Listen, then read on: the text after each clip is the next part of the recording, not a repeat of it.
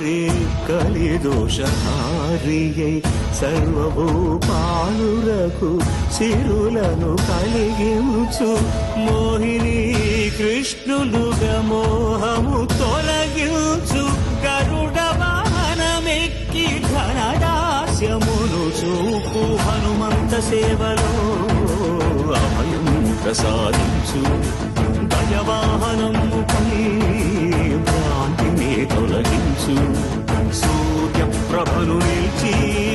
అక్షీణతను పెంచు శ్రీవత్సవక్షుడై ఆ చంద్రప్రభను విహరించు రథమెక్కి మనోరథమెక్కి మరిన వాంఛలను త్రుంచగా రయమెక్కి హరిహయమెక్కి కరుణ